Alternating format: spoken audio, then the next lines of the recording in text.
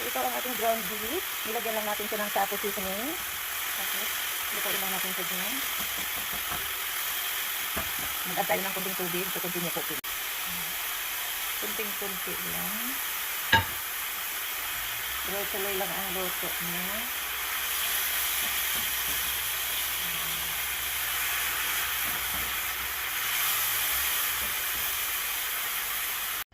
Painit lang natin ang ating tortilla. Ayan.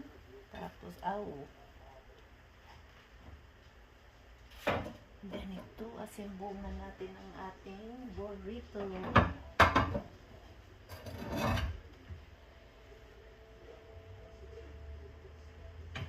Pwede kayong maglagay ng sour cream, pero kami hindi. Cheese lang. Ayan, yellow cheese.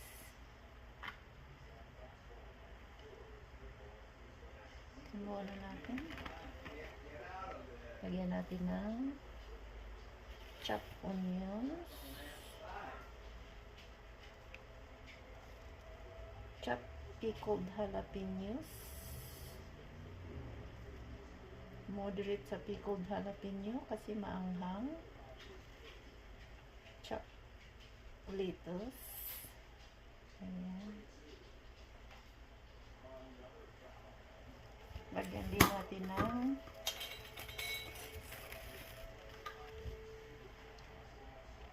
salsa.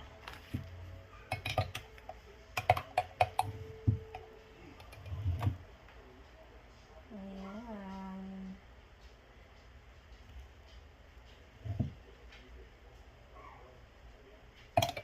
Okay. Roll na natin siya.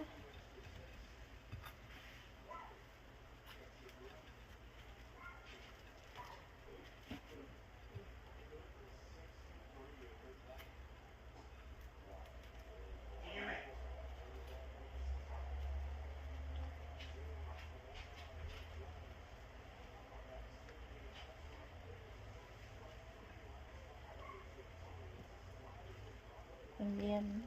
Ayan na.